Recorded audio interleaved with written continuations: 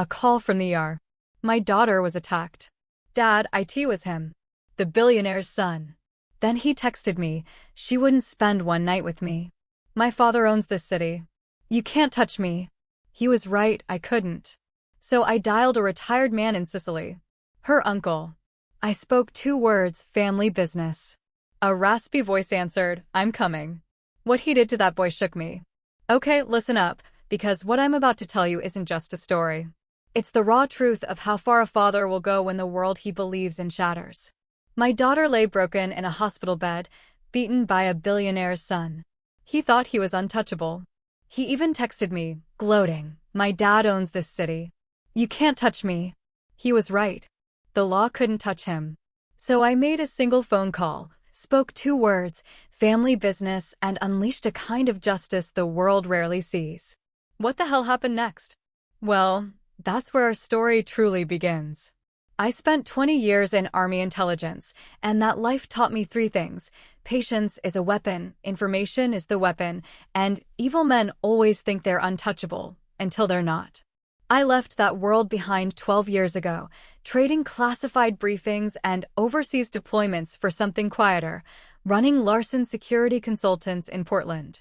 It was legitimate work, paid the bills, and meant I was home for dinner most nights. My military pension padded things, and my reputation for being thorough kept clients coming back. Our home, a modest place in Beaverton, reflected our priorities. Good schools, a neighborhood where kids still played outside, and enough space for my wife, Amber, to have her pottery studio in the converted garage. We bought it when our daughter, Karina, was 7. And you know those pencil marks tracking a kid's growth on a doorframe? We still had them right there in our kitchen. Dad, I'm heading out. Karina called from the entryway that Friday evening. 21 years old, she had her mom's striking looks and my stubborn determination. A combination that made her formidable when she set her mind to something. I looked up from my laptop at the kitchen table. Where to, kiddo? Study group at Powell's, then maybe coffee with some friends. She was double majoring in political science and journalism at Portland State. My girl wanted to change the world, and honestly, I had no doubt she would. Text when you're on your way home, I told her. She rolled her eyes, but with affection. Always do, old man.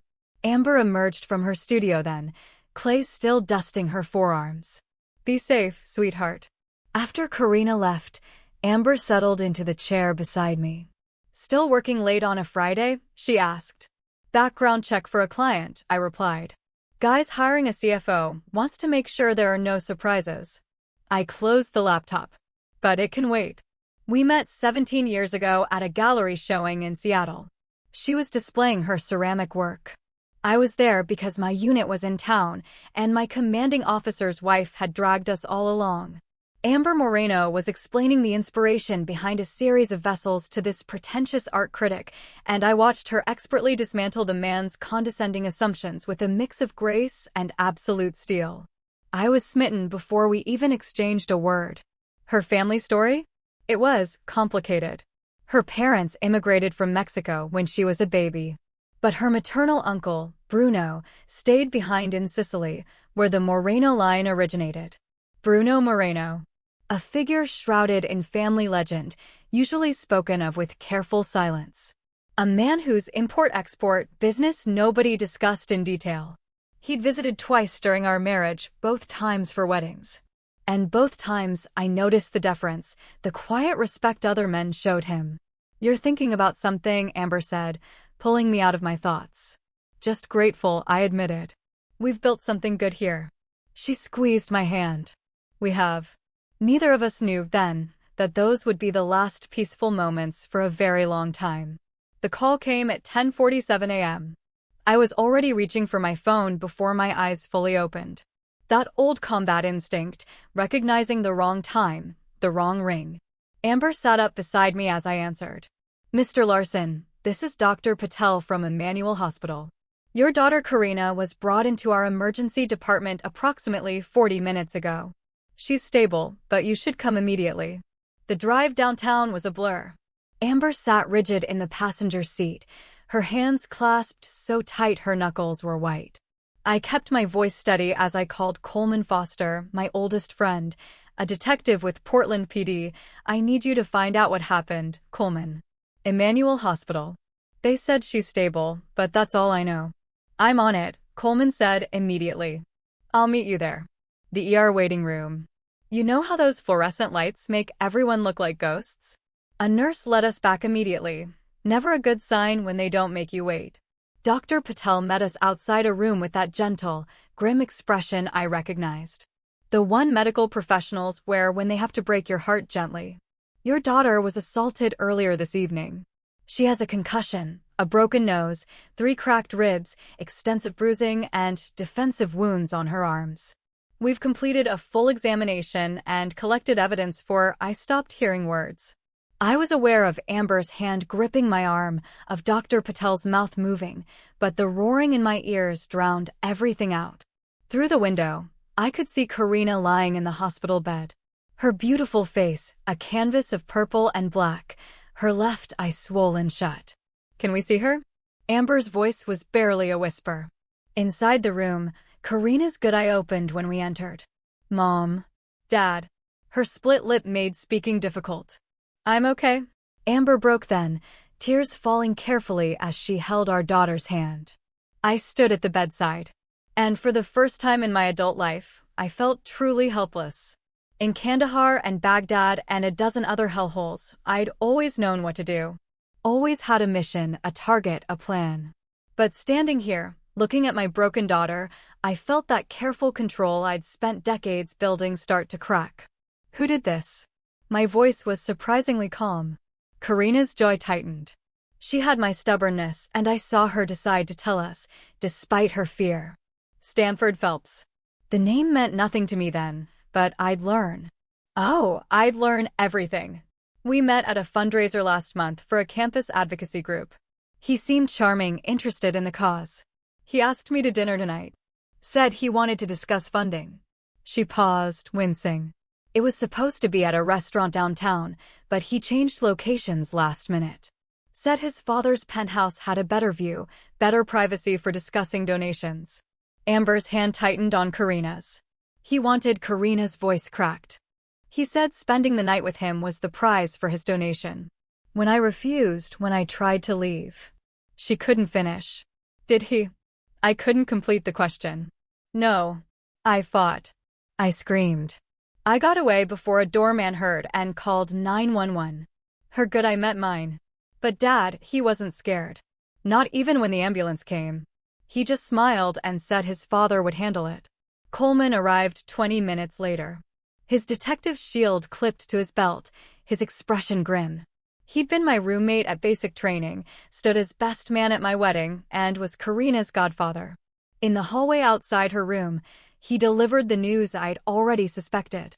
Stanford Phelps, 26. Only son of Robert Phelps, real estate developer, worth north of $3 billion. The kid has a sheet, but nothing that ever stuck. 3 prior assault allegations, all withdrawn. 2 DUIs that vanished. A sexual assault complaint from 2 years ago that got buried. How is that possible? Robert Phelps owns half the city council, funds the DA's campaigns, and has enough lawyers to form their own law firm. Coleman's voice was tight with anger. Uniform officers responded to the scene. Phelps's attorney was already there. By the time I heard about it and made calls, Stanford was home free. No arrest, no charges filed. The DA's office is calling it insufficient evidence to proceed. My daughter is in a hospital bed with a broken face. I know, true. And I'm telling you, this is bigger than what I can touch. The Phelps family is protected at levels that make my badge worthless. I stood very still. Then I'll handle it. True. Thank you for coming, Coleman. And for trying. But this is family business now. Something in my tone made Coleman step back. We'd known each other for 30 years. Seen combat together. Buried friends together. He recognized that tone. Don't do anything that makes me have to arrest you. You won't, I promised. You won't find anything to arrest me for. I returned to Karina's room. She was asleep now, medicated and exhausted. Amber stood at the window, her reflection showing tear-streaked cheeks. Coleman says the man who did this will face no charges, I said quietly. I heard. Amber turned to face me. And I saw something in her expression I'd rarely witnessed, cold fury. My brother. We should call Bruno. In 17 years of marriage, Amber had never suggested contacting her uncle for anything beyond birthday cards and wedding invitations. The fact that she was suggesting it now spoke volumes about the Moreno family's unspoken understanding. There were some problems the law couldn't fix, and Bruno Moreno specialized in the other kind. My phone buzzed. A text from an unknown number. She refused to spend a night with me. My dad owns this city. You can't touch me. I showed it to Amber. Her face went pale, then hardened. Call him, she said. Call Bruno.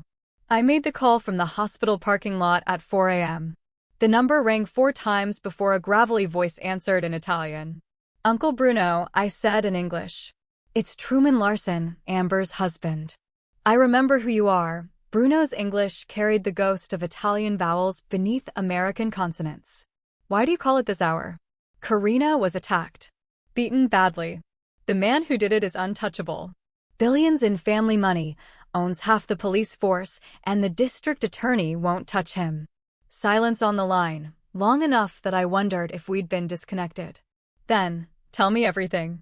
I laid it out with military precision. The assault, Stanford Phelps's history, his father's influence, the text message. I spoke for 7 minutes without interruption. Karina is my blood, Bruno said when I finished.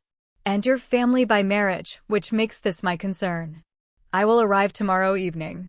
Do nothing until I get there. Bruno, the voice carried steel. Now, in my world, we have a saying, revenge served hot burns only the hand that pours it. You're angry, and you should be, but anger makes men sloppy. Wait for me. We will handle this the right way. The call ended. I returned to Karina's room. She'd be kept for observation for at least 48 hours. I sent Amber home at dawn to rest, promising I'd stay with our daughter. In the quiet morning hours, I opened my laptop and began researching Stanford Phelps. The young man's social media was a monument to privilege and narcissism. Yachts in the Mediterranean, exclusive clubs, bottle service at nightclubs with different women every week. He'd attended Princeton but never graduated, instead joining his father's company in a vague executive role that seemed to involve attending parties and ribbon-cutting ceremonies. Robert Phelps was easier to research. His profile was everywhere. Self-made billionaire, or so the story went. A real estate empire built on aggressive development and political connections. 3 marriages, each wife younger than the last. His current wife, Stanford's stepmother, was a former model, 20 years his junior. I dug deeper, using skills and access protocols I'd maintained from my intelligence days. The surface was all legitimate business, but in the margins, I found shadows. Lawsuits settled quietly, building code violations that vanished, competitors who mysteriously lost financing. Robert Phelps had built his empire on pressure and manipulation, and he'd raised his son to believe the same rules applied to people. Coleman called around noon. I'm going to tell you something off the record, and you didn't hear it from me. Go ahead. Stanford Phelps was questioned this morning as a courtesy by a junior detective who doesn't know better. It lasted 5 minutes before the lawyer shut it down, but I got a copy of his statement. He claims Karina came to his apartment willingly, that they had a consensual encounter, and she only got upset when he wouldn't commit to funding her pet causes, so she became aggressive, and he was forced to defend himself. Then she accidentally fell. My knuckles went white around the phone. His lawyer also filed a counter-complaint, Coleman continued, claiming Karina was attempting to extort money from Stanford through false allegations, and that the Larson family should expect a defamation lawsuit. He's going to sue us? It's a pressure tactic designed to shut you down before you make noise, true. I'm sorry. This system is broken when it comes to guys like this. After Coleman hung up, I sat with that information. Stanford wasn't just confident he'd get away with it. He was actively on offense, weaponizing the legal system to threaten his victim's family. That evening, Karina was more alert. The swelling in her face had gone down marginally, but the bruises were deepening to ugly shades. Amber had returned, and we were trying to coax our daughter to eat soup when she suddenly looked up. I need to tell you something. Her voice was clear now, determined. Before he smashed my phone, I was recording. I went very still. Recording what? When he changed the location, something felt off. So, I started a voice memo app before I went inside. It was in my jacket pocket. The whole thing. Him propositioning me refusing, him attacking me. It's all there. The phone was destroyed, but everything backs up to the cloud. Amber's hand flew to her mouth. You have evidence. I gave the police my cloud password when they took my statement. Karina looked at her father. But Coleman said it won't matter. That evidence gets lost when people like Stanford are involved. I pulled out my phone and called Coleman immediately. The recording from Karina's phone hasn't been logged into evidence yet. I'll check. A pause. No, nothing in the system. Why? Because it exists. Full audio of the assault, backed up to her cloud storage. Coleman's voice dropped. True. If I know about this, I have to submit it officially. And if I submit it officially, it'll be in the system where his lawyers can see it and get it suppressed before anyone relevant hears it, or it might just disappear. Don't submit it yet, I said. Give me 24 hours. You're asking me to sit on evidence. I'm asking you to be strategic about when and how you introduce it. 24 hours, Cole. Then do whatever you have to do. After another pause. 24 hours.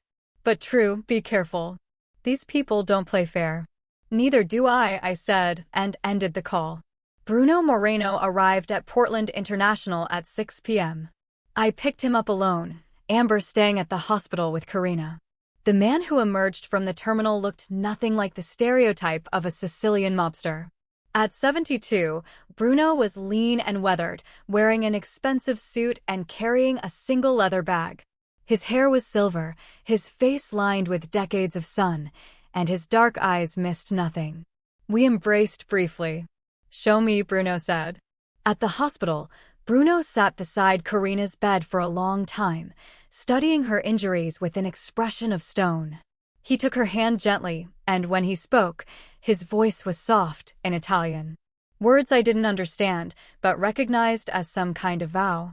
Then Bruno turned to me. Now we talk somewhere private. We went to a 24-hour diner near the hospital. In a corner booth, Bruno ordered espresso and listened as I laid out everything I'd learned about Stanford and Robert Phelps, the corruption protecting them, and the existence of the recording. This recording, Bruno said. It is your ace, but played through their corrupt system, it will be neutralized. We must use it differently. I'm listening. You are intelligence, yes? You understand leverage and pressure points. Bruno sipped his espresso. Robert Phelps has built an empire on corruption, which means he has many enemies. People he has crushed, cheated, destroyed. These people want revenge, but lack the means or the courage. We find them. We unite them. And we use your daughter's evidence not to convict his son, though that will be pleasant, but to destroy the father's empire. When the empire falls, the son becomes vulnerable. You're talking about a coordinated campaign. I'm talking about war, Bruno corrected. Not with guns. Those are crude and draw attention. War with information, with pressure, with fear. You expose Robert Phelps as the criminal he is. You collapse his political protection, and Stanford becomes just another violent man without a shield. Then Bruno's smile was cold. Then we handle him properly. This will take time. Good things do. Your daughter needs time to heal. You need time to build your case. And I need time to make some calls. Bruno leaned forward. In Sicily, we have an expression. Alu nimica non ci diri manco lucori. To your enemy, not even the heart. But we are patient. We plan. We wait. And when we strike once and completely. I felt something settle in my chest. A sense of purpose, of direction. This was a mission now, with objectives and strategy. What do you need from me? Everything you can find on Robert Phelps and his businesses. Every enemy, every rival, every person he has wronged. I will handle finding the ones with useful information and the courage to use it. You will handle the investigation and intelligence gathering. Together, we will build a trap. Bruno's eyes glinted. And when it closes, both Stanford and his father will wish they had never heard the name Larson.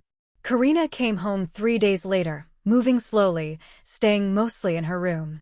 Amber took leave from the community college where she taught art, and the house took on the quiet, careful atmosphere of a place where someone was healing from trauma. I converted my home office into a war room. Bruno had taken a room at a nearby hotel, but he spent his days at the house, making phone calls in Italian and occasionally disappearing for meetings he didn't explain. The old man moved with surprising energy, his network of contacts apparently extending far beyond Sicily. I made some progress, Bruno announced on the fourth day, spreading documents across my desk. Robert Phelps has been busy making enemies for 30 years. I have found 3 who are willing to help, if we can guarantee their safety and success. The first was Eric Ford, a former city councilman who opposed one of Robert's development projects and found himself facing fabricated ethics violations that destroyed his career. The second was Harvey Moran, a contractor forced into bankruptcy after Phelps used legal pressure to steal his company's largest project. The third was Andreas Wright, a journalist who'd written an investigative piece about Phelps's business practices and been sued into silence. They all have pieces of the story, Bruno explained, but separately, they lack the evidence and the courage to act. Together, properly orchestrated, they become dangerous. I'd been conducting my own investigation, using techniques I'd honed in military intelligence. I'd been mapping Robert Phelps's empire, shell companies, offshore accounts, and the complex web of political relationships that protected it all. What I'd found was extensive corruption, bribes to city officials, falsified building permits, intimidation of competitors, and systematic tax evasion. The question is how to make this public in a way that can't be suppressed, I said. Coleman Foster arrived that evening, officially off duty. In the war room, he studied the evidence I'd compiled with a detective's eye. This is good work, Coleman admitted. Better than good. This is prosecutable. But the DA won't touch it. Marcia Cantrell has been in Phelps's pocket for years. Her last 3 campaigns were funded by his PAC. So, we go over her head, Bruno said. The federal authorities, Coleman clarified. The FBI would need a reason to get involved. And they need to believe they have a case that won't be killed by political pressure at higher levels. I'd been thinking about this. What if it wasn't just about Robert Phelps? What if we connected his corruption to a broader pattern? Other developers, other politicians. A systemic problem that the feds couldn't ignore. Coleman's eyes narrowed. You need a trigger. Something that forces their hand and makes it a PR nightmare if they don't investigate. A scandal, Bruno said softly. Something public that cannot be ignored. Something that makes Robert Phelps radioactive to his political allies, forcing them to distance themselves. And in that moment of weakness, we introduce the evidence through channels he cannot control. I turned my laptop and pulled up Stanford Phelps's social media again. Stanford's throwing a party next weekend. Annual charity gala at his father's downtown tower. Politicians, business leaders, media coverage. He posts about it every year. Makes a big show of being philanthropic. You want to crash his party? Coleman asked. I want to make it the last party he ever throws, I said. Over the next 5 days, we planned. Bruno reached out to Eric Ford, Harvey Moran, and Andreas Wright, bringing them into the fold with promises of protection and revenge. Coleman used his connections to identify which FBI agents in the Portland field office were clean and which were potentially compromised by Phelps's influence. I focused on Stanford. The young man's arrogance was a gift. He documented everything online, creating a detailed record of his activities. I identified a pattern, multiple women who'd appeared in Stanford's social media photos and then vanished. Using my investigative skills, I tracked them down. The first was Diana Hurley, now living in Seattle. She didn't want to talk, hanging up when I mentioned Stanford's name. But I persisted, calling back with a different approach. My daughter was assaulted by Stanford Phelps, I said simply. I'm not a reporter. I'm not a cop. I'm a father trying to protect my child from a dangerous man. If he did something to you, too, I need to know I'm not alone in this. After a long pause, she spoke. He raped me. 2 years ago, at his apartment. I went to the police. I had bruises. I had a hospital examination. I had evidence. His lawyers made me sign an NDA and accept a settlement. Said if I ever spoke about it, they'd bury me in lawsuits. I needed the money for my mother's medical bills, so I signed. Would you be willing to break that NDA if I could guarantee he'd face consequences? Do you really think you can touch him? His family owns everything. I'm working on it, I told her, but I need to know I'm not wrong about who he is. Diana gave me 3 more names. By the end of the week, I had spoken to 7 women. 6 had stories similar to Karina's: assault, intimidation, NDAs, and settlements. One had been in high school when Stanford, then 23, had pursued her at a party. None of them would go on record. The fear Robert Phelps had instilled was too deep.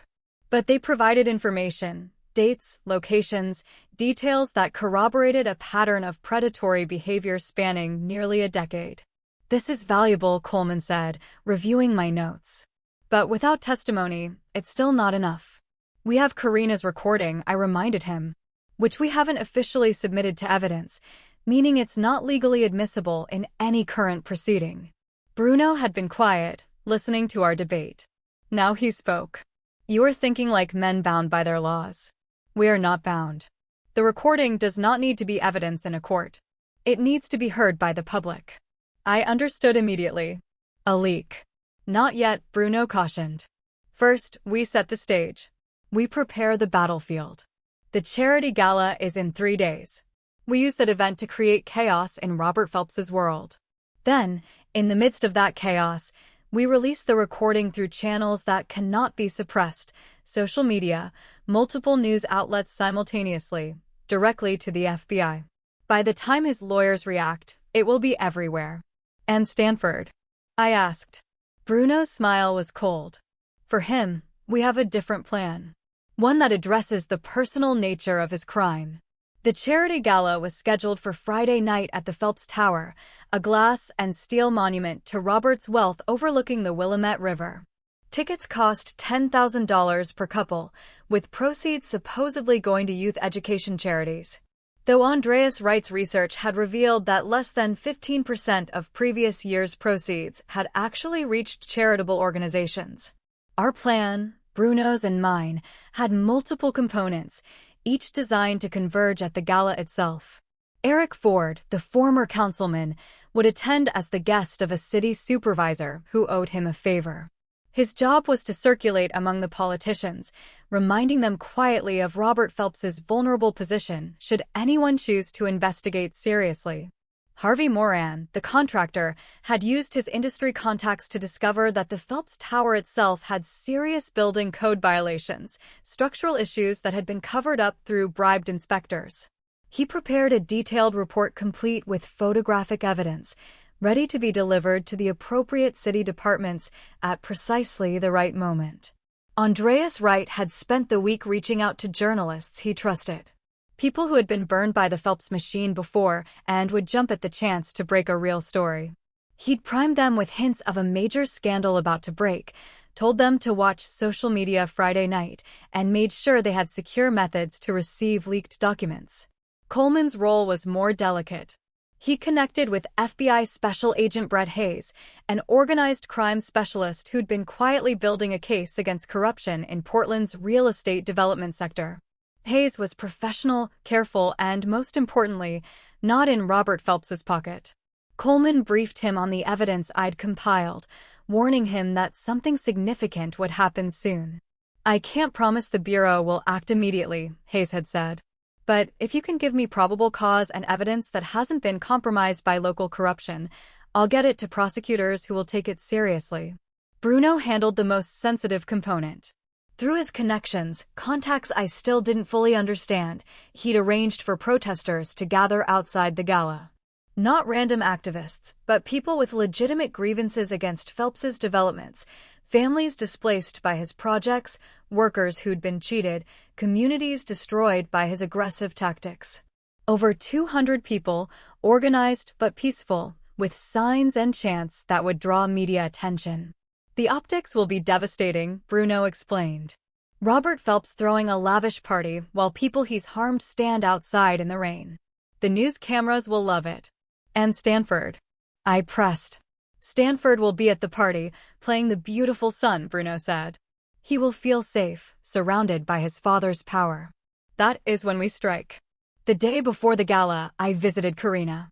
She was healing physically, the bruises fading from black to purple to yellow, the swelling in her face diminished. But I saw the shadows in her eyes, the way she startled at unexpected sounds, the anger simmering beneath her careful composure. "I want to help," she said when I explained the plan. "Absolutely not. You've been through enough. Dad." Her voice was firm.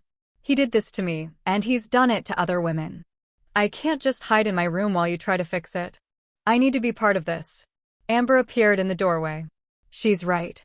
Amber, I don't like it either, but Karina isn't a child, and this is her fight, too. We can't protect her by keeping her locked away. We protect her by making sure Stanford Phelps can never hurt anyone again." I looked between my wife and daughter, seeing the same determination in both their faces. "What do you want to do?" I asked Karina. "The recording. When you release it, I want to release a statement with it. My name, my story, no anonymity. If other women see me stand up, maybe they'll find the courage to come forward, too. His lawyers will come after you. Let them try." Her jaw set in that stubborn way that was pure larceny. I'm done being afraid. Friday arrived, cold and rainy. Typical November weather in Portland. The Phelps Tower glowed against the dark sky, its ground floor converted into an elegant venue with champagne fountains and a string quartet. Limousines and luxury cars delivered guests in designer gowns and expensive suits. Outside, protesters began gathering at 6 p.m., their numbers swelling to over 300. They carried signs reading, "Phelps destroys communities," and "Where's our housing?" Local news crews, tipped off by Andreas Wright's media contacts, arrived to cover the demonstration. Inside his hotel room, Bruno made final preparations. He was dressed in an immaculate suit, looking like any other wealthy attendee. I wore similar formal attire, though I felt ridiculous. I preferred tactical gear to tuxedos. "You're certain about your role?" Bruno asked. "Get inside. Locate Stanford. Keep eyes on him until the signal. And you remember, no violence." "Not yet. Tonight is about destroying his father's empire. The personal accounting comes later." Coleman was positioned in an unmarked car outside, monitoring police frequencies and ready to intervene if things went sideways. Eric Ford was already inside, working the political crowd. Harvey Moran stood among the protesters, ready to release his building code report to the media the moment the signal came.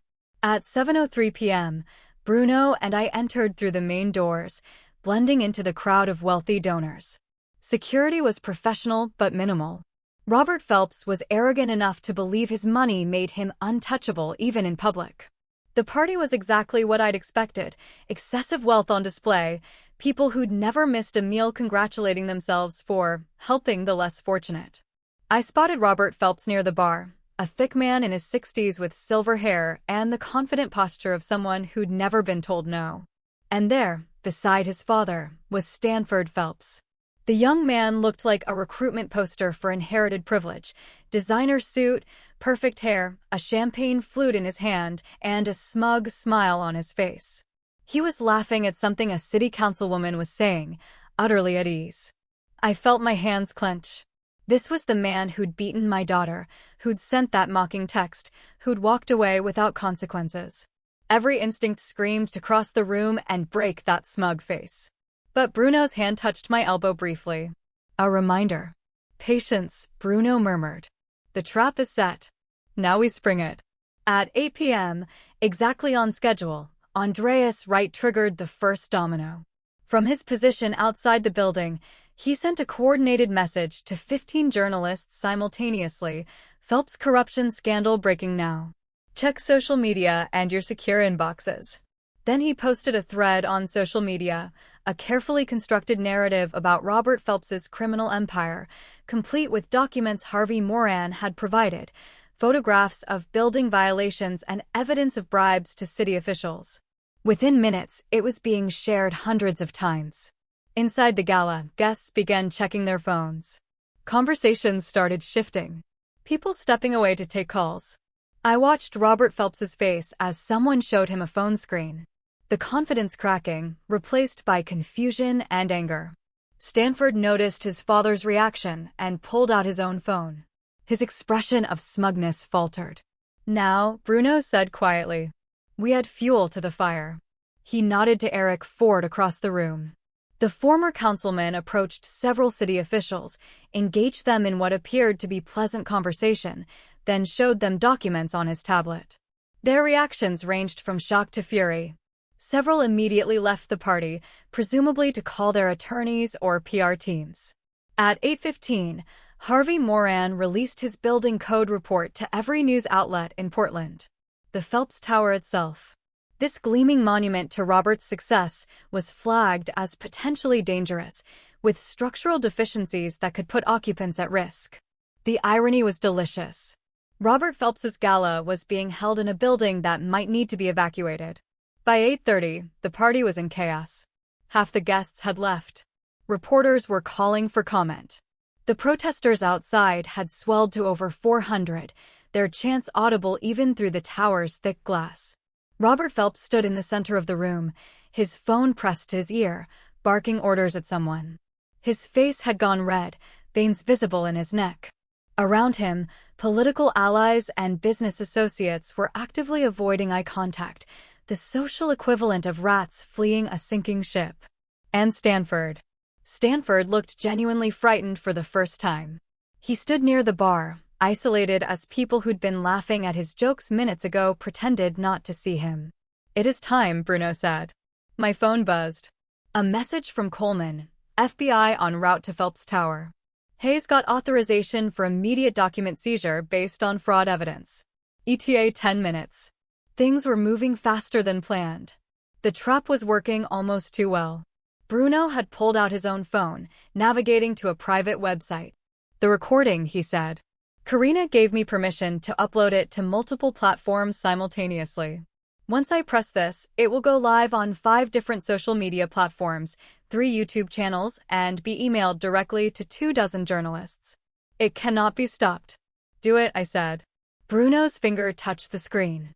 Within seconds, Karina's voice filled the internet. "I appreciate the invitation, Mr. Phelps, but I'm not comfortable going to your apartment instead of the restaurant. I think I should leave." Then Stanford's voice, smooth and entitled. "Don't be difficult. I'm offering a very generous donation. All you have to do is be friendly." And Karina's response, firm, "That's not what philanthropy means. I'm leaving." What followed was the audio of the assault. Stanford's voice turning ugly. Furniture crashing. Karina's screams for help. His casual laughter as he hit her. The recording lasted 8 minutes and captured everything. His confession that he expected sex in exchange for his donation, his assertion that his father owned the police, his threats about what would happen if she reported him. It was damning. It was crystal clear. And it was already viral. I watched Stanford's face go white as someone showed him a phone. The young man's hands were shaking. Robert Phelps pushed through the remaining crowd, grabbed his son's arm, and pulled him toward a private elevator. But before they could reach it, FBI agents entered the building. Hayes, leading a team of 6, all wearing blue windbreakers with yellow letters. "Robert Phelps," Hayes announced, his voice carrying across the now silent room. "We have a warrant to seize records related to Phelps Development Corporation's business practices. We're also placing you under investigation for fraud, bribery, and racketeering." Robert's face went from red to purple. "You have no authority." "We have plenty of authority, sir. Federal jurisdiction supersedes your local connections." Hayes gestured to his team. "Secure all computers and file servers in this building. No one leaves until we've documented what we need." As FBI agents spread through the tower, Bruno leaned close to me. "The empire falls. Now we handle the sun." But before we could move, Stanford Phelps did something stupid. Perhaps it was panic. Perhaps arrogance. Or perhaps just the instinct of a cornered animal. But he ran, not toward the elevator, but toward the emergency stairs, shoving past guests and knocking over a champagne fountain in his haste. "Stop him!" Robert shouted, but no one moved to help. Bruno and I followed at a measured pace. Coleman's voice came through the small earpiece I wore. "I've got eyes on the back exit. He's heading for the parking garage." Stanford burst into the underground garage, looking wildly for his car.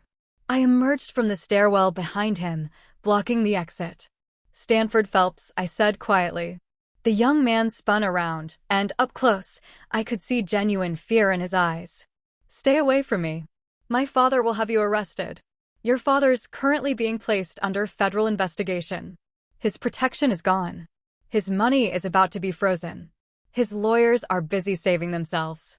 I took a step forward. "Which means you're all alone." "I didn't do anything to your daughter. She wanted." "Finish that sentence," I said, very softly. "And I will break your jaw. We both know what you did. So do the 7 other women I found. So does everyone who's heard that recording by now. And believe me, millions have heard it." Stanford's bravado crumbled completely. "What do you want?" "Justice." "I'll pay. My father will pay. Your father is bankrupt by morning. The FBI is seizing his assets. The city is shutting down his buildings. His political allies are running away so fast they're leaving skid marks.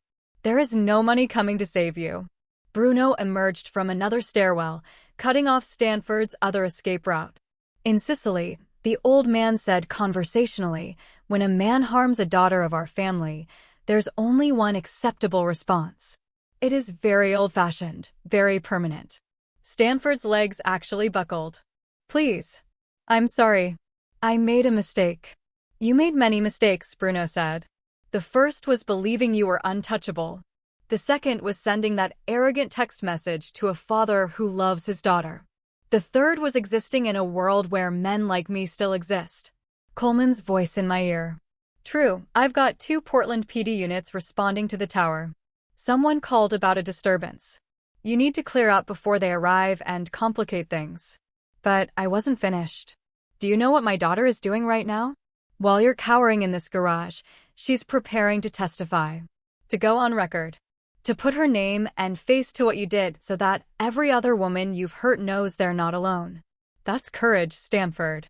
Real courage. Something you'll never understand." "I'll confess," Stanford said desperately. "I'll turn myself in. I'll plead guilty. Just don't." "Don't what?" I asked. "Don't hurt you? Don't make you face consequences?" "You're going to face consequences, Stanford. Legal ones, social ones, personal ones. The question is how badly you'll suffer before you do." Bruno produced a phone and showed Stanford the screen.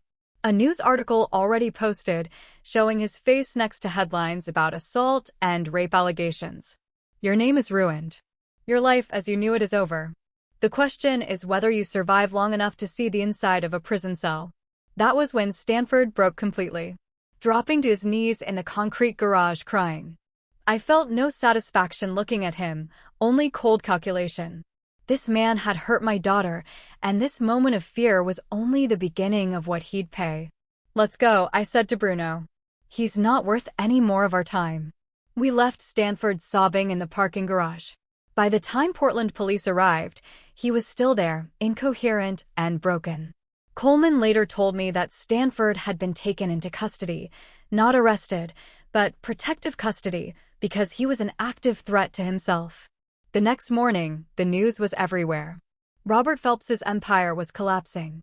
Federal investigations were expanding, and Stanford Phelps faced potential charges from multiple assaults. The recording had been played on every major news outlet. Karina's statement had been read by millions, and 3 more women had come forward with their own stories. But for me, watching the news with Amber and Karina in our living room, it still wasn't enough. The legal system was moving, yes. Justice might be served through courts and lawyers and trials. But the personal accounting, the real prize for what Stanford had done, was still unpaid. Bruno seemed to read my thoughts. "Patience," the old man said. "The trap is closed. Now comes the final part. The part where we ensure this ends properly." The weekend after the gala was chaos across Portland. Robert Phelps's arrest made national news.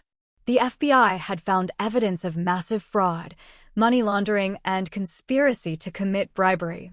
His assets were frozen, his buildings sealed, and his political allies were tripping over themselves to return campaign contributions and delete old photos.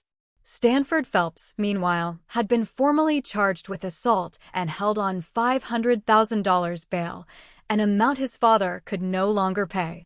The young man sat in county jail and, according to Coleman's sources, was not handling confinement well.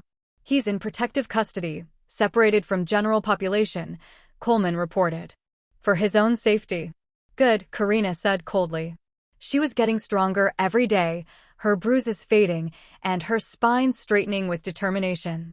She'd done a televised interview, speaking clearly and calmly about her assault, and the response had been overwhelming. Support poured in from across the country, along with offers of legal assistance and counseling resources.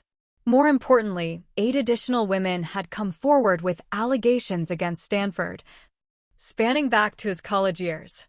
The DA has no choice but to prosecute aggressively now, Coleman said. Marcia Cantrell is trying to save her career by throwing Stanford under the bus. She's talking about seeking maximum sentences on all counts. But something was bothering me. The legal system was working. Yes, Stanford would likely spend years in prison. Robert's empire was destroyed. Justice, by conventional measures, was being served. So why did it still feel incomplete? Bruno had been quiet, spending his days making phone calls and meeting with contacts whose names he never shared. On Monday evening, he requested a private meeting with me at his hotel. The boy will go to prison, Bruno said, pouring us both whiskey from his minibar.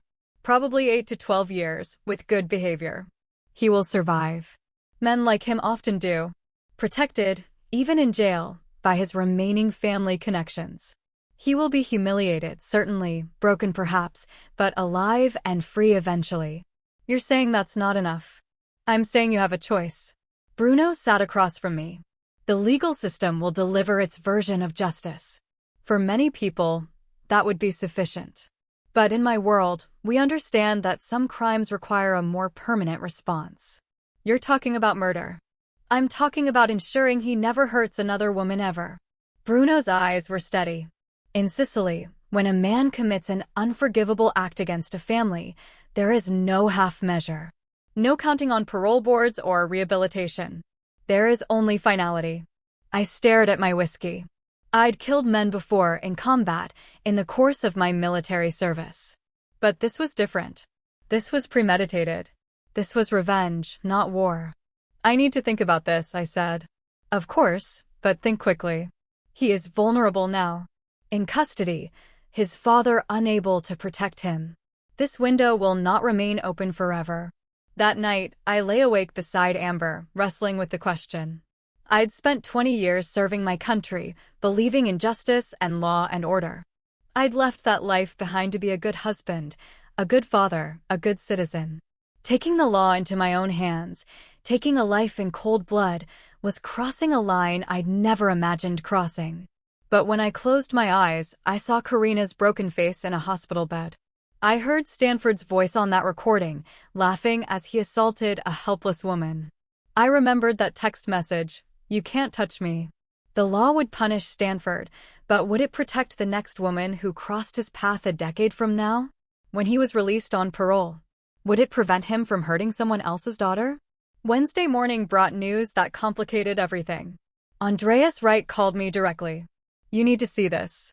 The journalist had uncovered something new, evidence that Robert Phelps had been quietly liquidating offshore assets despite the FBI's seizure orders. Money had been moved to accounts in Switzerland and the Cayman Islands. Over $200 million that federal investigators didn't know about. He's preparing to run, Andreas explained. And if he runs, he takes Stanford's defense fund with him. There are rumors of a deal being negotiated. Robert might flip on his political co-conspirators in exchange for reduced charges and witness protection. If that happens, Stanford might walk on a technicality, double jeopardy, fruit of the poisonous tree, something. His lawyers are already filing motions. I felt ice in my veins. How possible is this? It's the federal system, true. Strange things happen. And Robert Phelps has information that could destroy dozens of powerful people. If he offers to talk, the prosecutors might prioritize that over putting his son away. That afternoon, Coleman confirmed it. There's talk of a deal. Robert has evidence of corruption going up to the state level, governors, senators, federal contractors. The FBI wants that information more than they want Stanford's conviction. I'm sorry, True. It's politics. Karina found me in my office that evening, staring at nothing. Dad, are you okay? How do you feel about the idea that Stanford might not go to prison? She was quiet for a long moment. I'd be angry, but I'd survive. Because at least his life is destroyed. At least everyone knows what he did. What if he rebuilds? What if he changes his name, goes somewhere else, and in 10 years he's hurting women again? Karina sat down beside me. Then I want someone to stop him permanently.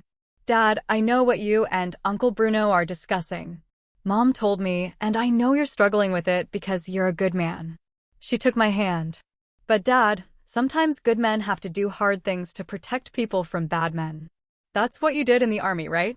Made hard choices so other people would be safe. That was war. This is different. Is it? Stanford Phelps is a predator. He's hurt at least 9 women that we know about, probably more. If the legal system lets him go, what happens to the next woman? What happens to her father? He'll be standing where you are now, wondering if he should have done more to stop it. I looked at my daughter, my brave, brilliant, damaged daughter, and saw the weight of truth in her eyes. She wasn't asking me to kill for revenge. She was asking me to kill to prevent future harm. The difference was subtle but significant. I'll think about it, I said quietly. That night, I made my decision. Bruno's plan was simple and elegant. The kind of thing that only a man with decades of experience in violence could devise. Stanford is in protective custody, separated from other inmates. But every prisoner has access to the infirmary. And every infirmary has blind spots. You have someone inside? I asked. I have someone who has someone inside. The chain is short enough to be reliable, long enough to have deniability. But you must be certain, Truman. Once we do this, there is no undoing it. Are you certain? I thought about Karina's bruised face. I thought about the 8 other women and the unknown number who'd been too frightened to come forward. I thought about Stanford's smug smile at that gala and his father's arrogant certainty that money could buy anything, even immunity from consequences.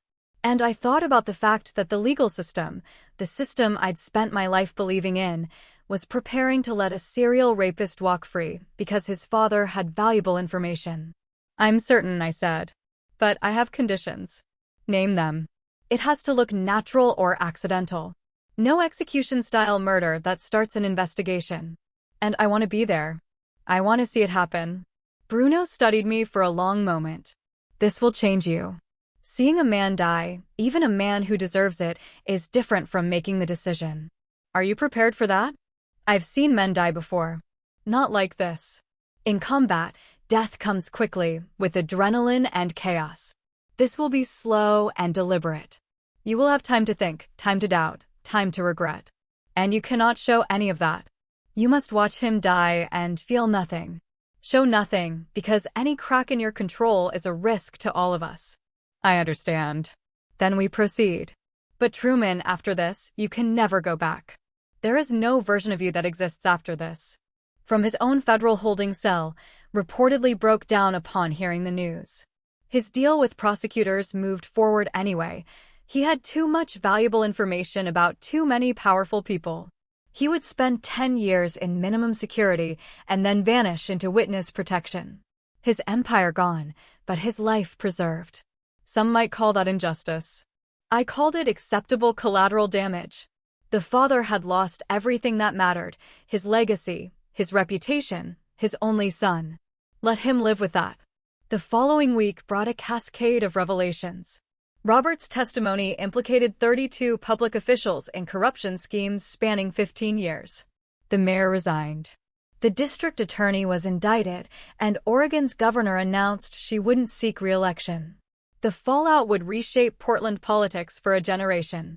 For the Larson family, life slowly returned to something resembling normal.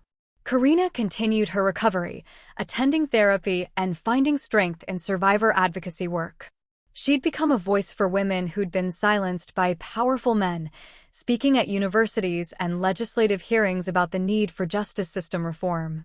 I think I want to go to law school, she told me one morning over breakfast. I want to be the kind of lawyer who fights for people like me, who makes sure men like Stanford don't get away with what they do. You'd be brilliant at it, I said, pride thickening my voice. Amber returned to teaching, finding solace in creating beauty with clay and helping students discover their own artistic voices. She never asked me for details about what happened in that storage unit, and I never offered them. Some things were better left unspoken between people who loved each other. Coleman Foster was promoted to detective sergeant, his role in exposing the Phelps corruption earning him commendations. He and I still met for coffee every Friday, talking about sports and family, and anything except the night Stanford died. Bruno Moreno stayed in Portland for another week, long enough to ensure no investigation into Stanford's death gained traction. Then one evening, he appeared at our house with his leather bag packed. I return to Sicily tomorrow, he announced. The business here is finished. Karina embraced him carefully, her ribs still healing. Thank you, Uncle Bruno, for everything. Family is everything, Bruno said simply. Never forget this. At the door, Bruno pulled me aside. You did well. The boy is gone. The father is destroyed. And justice, true justice, has been served. But Truman, remember what I told you.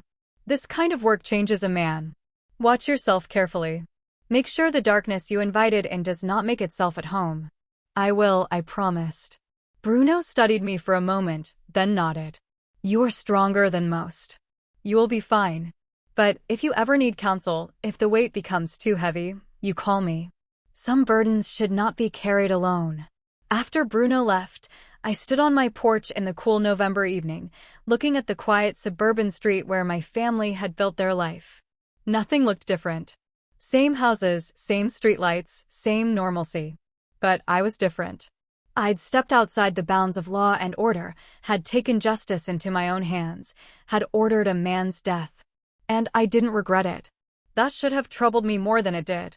But when I thought about Stanford Phelps, I felt only satisfaction. A predator had been removed from the world. Women were safer because of it.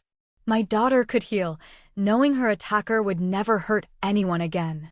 If that made me a monster, I could live with being a monster. 3 months later, in February, I sat in my office reviewing a routine corporate background check when my phone buzzed. A message from an unknown number. Thank you. It was from Diana Hurley, the woman in Seattle who'd been assaulted by Stanford 2 years earlier. She sent a link to a news article about a scholarship fund being established in Stanford's memory, funded by settlements from several of the women he'd assaulted, who'd banded together to support survivors of sexual violence. We're turning his death into something positive, Diana wrote. Making sure some good comes from all the pain. I don't know exactly what happened to him in that jail cell, but I know you were involved somehow. So, thank you for believing us, for protecting other women, for doing what the law wouldn't do. I deleted the message immediately. No record, no trail. But I allowed myself a small smile. The darkness I'd invited and hadn't made itself at home. It had simply eliminated a threat and then departed, leaving my family safe and my conscience clear. That evening, I found Amber in her studio working on a new piece, a series of vessels representing strength emerging from brokenness. She looked up as I entered, clay on her hands and peace in her expression. How was your day? She asked. Good, I said. Routine client work. Nothing exciting. That's good. Boring is good. We'd become experts at normal conversation and maintaining the surface of our life while carrying the weight of what we'd done underneath. It was its own kind of courage, I thought. The courage to live with difficult truths and still find joy in ordinary moments. Karina was upstairs studying for her LSAT, her future taking shape in the aftermath of her trauma. She was stronger now, her spirit unbroken despite everything Stanford had tried to break. She would heal, and she would thrive, and she would help other women do the same. And Stanford Phelps was gone. Not by the legal system. Not by the slow wheels of justice. But by the old ways. Family defending family. The strong protecting the weak. Evil men facing consequences they thought they'd escaped. Bruno had been right. It was very old-fashioned. Very permanent. And very, very necessary. I walked through my home, listening to Amber's music playing softly from the studio, hearing Karina's voice as she read practice questions aloud to herself, feeling the warmth of the life we'd built together. This was what I'd fought for. This was what I'd protected. And I would do it again in a heartbeat if I had to. But I hoped, deeply, sincerely, hoped that I'd never have to. One trip into that darkness was enough for any man. I'd seen what I was capable of when my family was threatened. Had learned that my moral lines were less fixed than I believed. That knowledge would stay with me forever. A shadow in my mind that could never be fully banished. But shadows served a purpose. They reminded you where the light was and what was worth protecting. And as I stood in my home, surrounded by the people I loved most in the world, I knew I'd made the right choice. Some men need killing. And some fathers love their daughters enough to become the men who do what needs doing. The world was safer for it, and the Larson family was whole. So, after hearing all this, what do you think? If you were in my shoes, facing that kind of injustice, that kind of evil, what would you have done? Let me know in the comments below. I really want to hear your perspective.